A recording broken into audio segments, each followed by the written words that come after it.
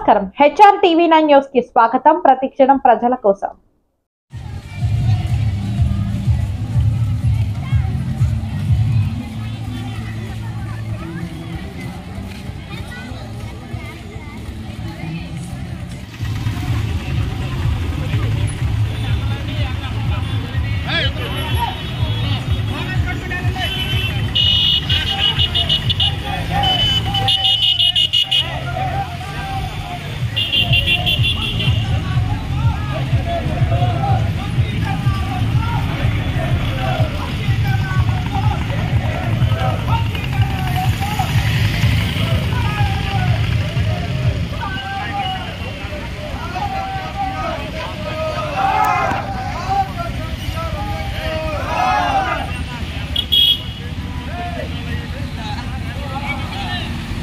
ఎస్సీల్లో ఉన్న 59 కులాలు అనుభవించే విధంగా భారత రాజ్యాంగంలోని 341 సెక్షన్ ఉంది. దాన్ని ఏమాత్రం పట్టించుకోకుండా సుప్రీంకోర్టు మోడీ ఇన్ఫ్లుయెన్స్తో సుప్రీంకోర్టు తీర్పు కాదని మోడీ ఇప్పించిన తీర్పు మందా కృష్ణ అనే దళిత ద్రోహి మోడీ కాళ్ళ మీద పడిపించుకున్న తీర్పు అది. ఆ తీర్పు భారతదేశంలో ఉన్న దళితులందరి అభివృద్ధికి సంక్షేమానికి వెన్నుపోటు పొడిచే తీర్పు అది.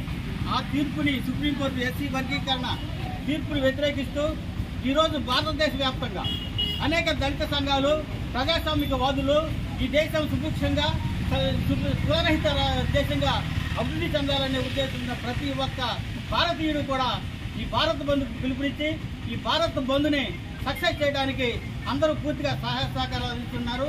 అందులో భాగంగా ఈ రోజున పామరులో ఉన్న మాలమహానాడు, వివిధ దళిత సంఘాలు, ప్రజా సంఘాలు అందరూ కూడా కలిసి ఈ భారత్ బంద్లో పాల్గొని ఈ ఎస్సీ సుప్రీంకోర్టులో ఇచ్చిన ఎస్సీ వర్గీకరణ తీర్పుని పునఃసమీక్షించాలని, దళితులందరూ ఏకతాటిపై ఉండడానికి కృషి చేయాలని నిర్ణయం తీసుకుని మీరు ఈ రోజు ఈ బంద్ కార్యక్రమాన్ని జయప్రదం చేయడానికి విచ్చేసిన కార్యకర్తలందరికీ కూడా నా హృదయపూర్వక ధన్యవాదాలు అర్పించుకుంటూ మీడియా వారికి, అదేవిధంగా ప్రభుత్వ సంస్థల్లో ఉన్న ఉద్యోగస్తులు కానివ్వండి, ప్రైవేట్ వ్యాపారస్తులు కూడా పూర్తి సహాయ సహకారం.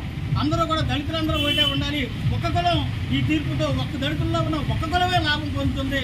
భారతదేశంలో ఉన్న మిగతా 58 కులాలు కూడా లాభం చేకూరాలి అంటే అందరూ కూడా ఈ రాజ్యాంగ ఫలాలని, ఈ రిజర్వేషన్ ఫలాలని అందరూ కూడా సమానంగా కావాలి అంటే ఈ వర్గీకరణ తీర్పుని వ్యతిరేకించండి అని చెప్పేసి ఈ రోజున అందరూ కూడా ముక్త ఖండంతో బంద్లో పాల్గొంటున్నారు.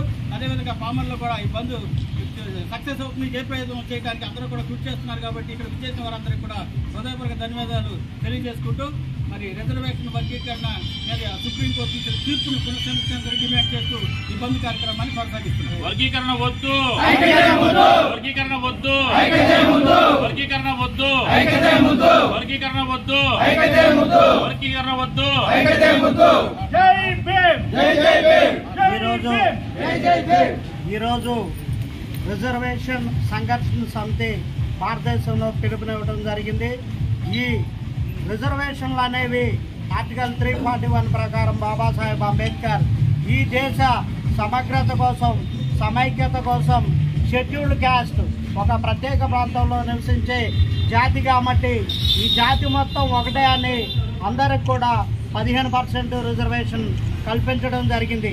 కానీ ఇది గత 40-50 ఏళ్ల క్రితం రిజర్వేషన్ కాబట్టి మిత్రులు మందా కృష్ణ రాజకీయ నిరుద్యోగి కాబట్టి కొంతమంది వ్యక్తుల్ని, కొంతమందిని మూర్ఖుల్ని తయారు చేసి ఇతర కులాల మీద, దళితుల మీద దాడులు చేపిస్తున్నాడు. దీన్ని మేము సమైక్యవాదులందరం కూడా ఖండిస్తున్నాం. మందా కృష్ణ మాదిగా నీకు చేతనైతే దళితులు జనాభా పెరిగింది, 25% కోసం పోరాడు. ప్రతి ఒక్కరు కూడా చదువు క్రైటీరియాగా ఉద్యోగాలు వస్తాయి కానీ కులాల ప్రకారం ఉద్యోగాలు రావు. కాబట్టి ఈ దేశ సమగ్రత కాపాడాలంటే ముక్కలు కాకుండా, విచ్ఛిన్నం కాకుండా భారతదేశం ప్రపంచానికి అగ్రగామి దేశంగా, ఐక్యత గల దేశంగా ఉండాలంటే ఇలాంటి వర్గీకరణలు అన్నిటిని కూడా ప్రతి ఒక్క మానవతావాది ఖండించాల్సిన అవసరం ఉంది. ఎందుకంటే బాబాసాహెబ్ అంబేద్కర్ గారు కానీ, మా జ్యోతిరావు పూలే గారు కానీ, కాన్షీరామ్ గారు కానీ ఇలా ఎంతో మంది మేధావులందరూ కూడా ఈ భారతదేశాన్ని ఐక్యతగా, మానవతా దేశంగా రూపొందించాలని కృషి చేశారు. నిజంగా మేము ఈరోజు కుమారి బెహన్జీ మాయావతి గారికి, అట్లాగే ఎన్డీఏ కూటమిలో ఉన్న అనేక దళిత సంఘాలకు, బహుజన్ సంఘాలకు, ఎంతో మంది మేధావులకు, ఈ దేశంలో ఉన్న మానవతావాదులందరికీ కూడా, బెహన్జీ మాయావతి గారికి కూడా కృతజ్ఞతలు తెలియజేస్తున్నాం. ఈ పామర్లో ప్రజలందరూ కూడా, మేధావులందరూ కూడా ఆలోచిస్తున్నారు. ఇది నిరంకుశమైన చర్య. ముందు వర్గీకరించవలసింది సుప్రీంకోర్టులో బీసీలు కానీ, ఎస్సీలు కానీ, ఎస్టీలు కానీ ఏ ఒక్కరూ లేరు.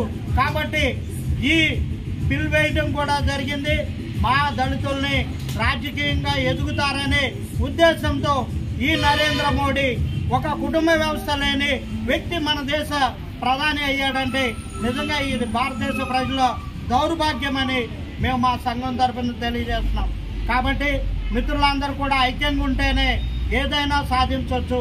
ప్రపంచానికి మనం ఐకమత్యం ఉన్న, మంచి గొప్ప నాగరికత ఉన్న దేశంగా ఉన్న ఈ దేశాన్ని కొంతమంది వ్యక్తులు కులాలుగా, మతాలుగా, ప్రాంతాలుగా విధిస్తున్నారు. కాబట్టి ఇలాంటి ఏ వర్గీకరణైనా మేము ముక్త కంఠంతో ఖండిస్తున్నాం. కాబట్టి ఈ కార్యక్రమానికి మిత్రులందరూ వచ్చి మేధావులందరినీ మేము కోరుతున్నాం. ఇందులో ఉన్న వాస్తవాలను తెలియజేస్తున్నాం. ప్రజలందరినీ కూడా, విద్యావంతుల్ని, చదువులేని వారిని అందరినీ కూడా మేము చైతన్యపరుస్తున్నాం. మొత్తం కూడా దళితులందరూ కూడా ఒకే జాతి. జై భీమ్.